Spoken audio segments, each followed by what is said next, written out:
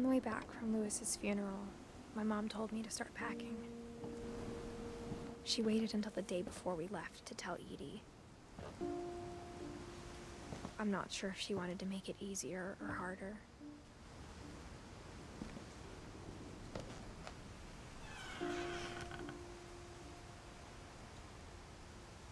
I wish we'd stayed.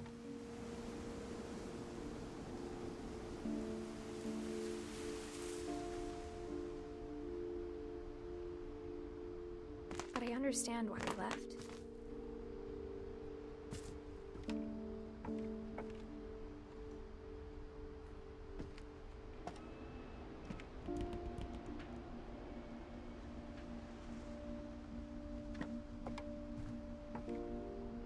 My mom ended up leaving everything behind.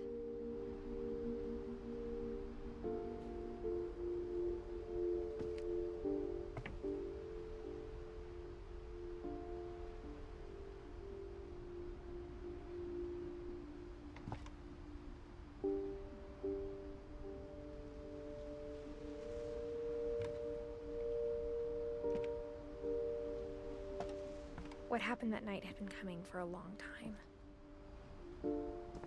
Maybe it should have come sooner.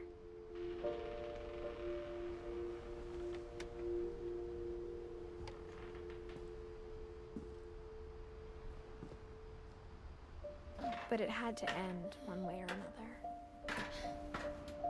All that's left now was to tell you about that last night.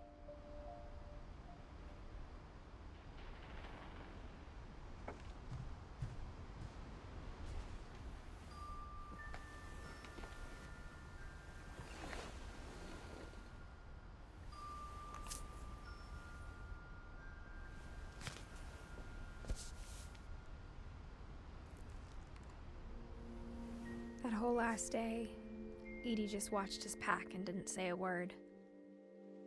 Until supper, when she raised her glass and said, "To our final night together, and all our final nights apart." Grandma, you know what I said about alcohol. Some of your medications are very Edith, specific. I left a present for you in the hallway. Why don't you go open it? The grown-ups have to argue now. I'm sorry, you're right. We're all leaving tomorrow. Let's just enjoy our last... I'm not leaving. Edith, you're excused.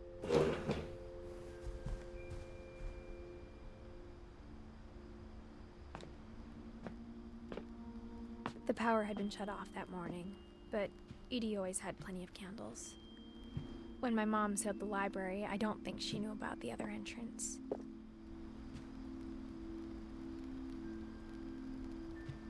Or that Edie had a key to it.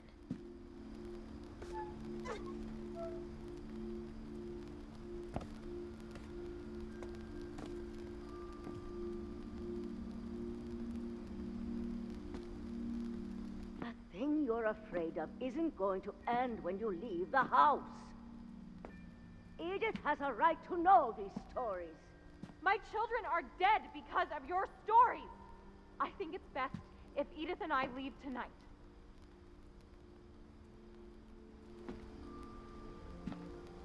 We'll have the nursing home send a van for you in the morning, okay?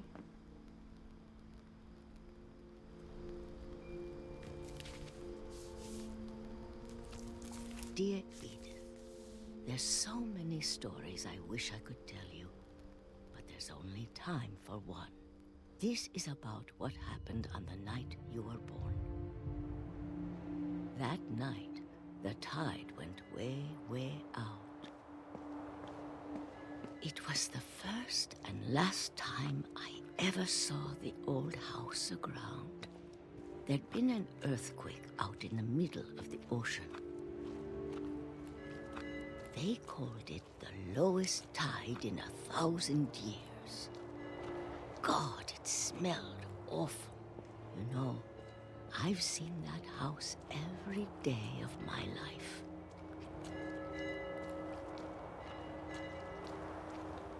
But I never thought I'd go back to it. When the fog rolled in, I lost my way.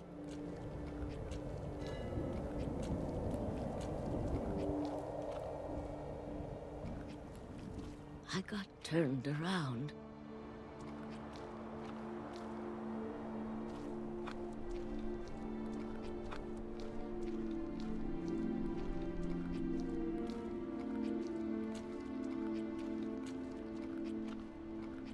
I started seeing things.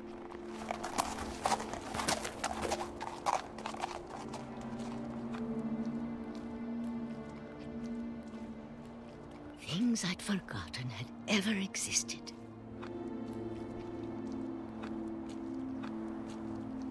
But when I saw them, they felt like old friends. That night, a lot of things came back to me. Or maybe I came back to them.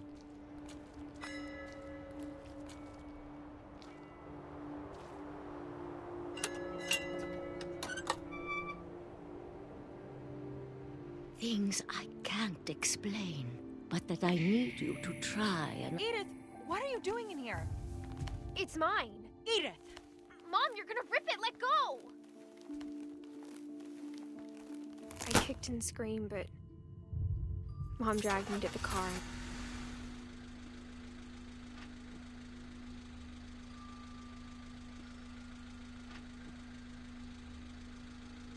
I never saw Great-Grandma Edie again. The next morning, the van came to pick her up, but she was already gone. After that, we moved around a lot.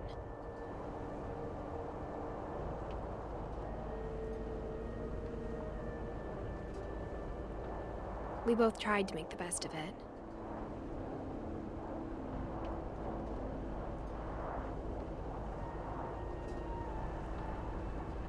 A few years went by.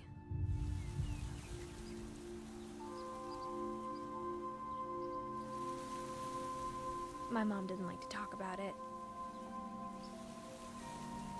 but she started getting sick a lot. The rest happened pretty quickly. She got better for a while, and then she didn't. And then I was alone.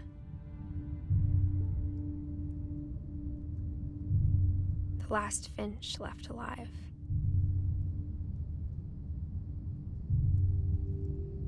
Until I found out about you.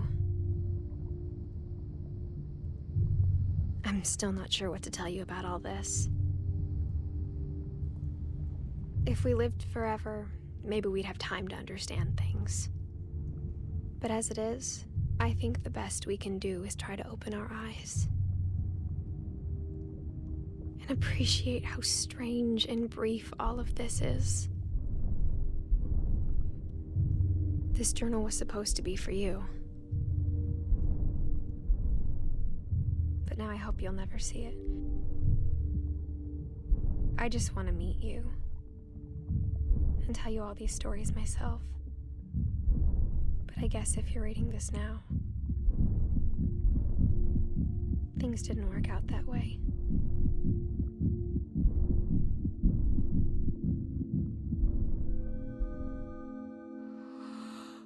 This is where your story begins.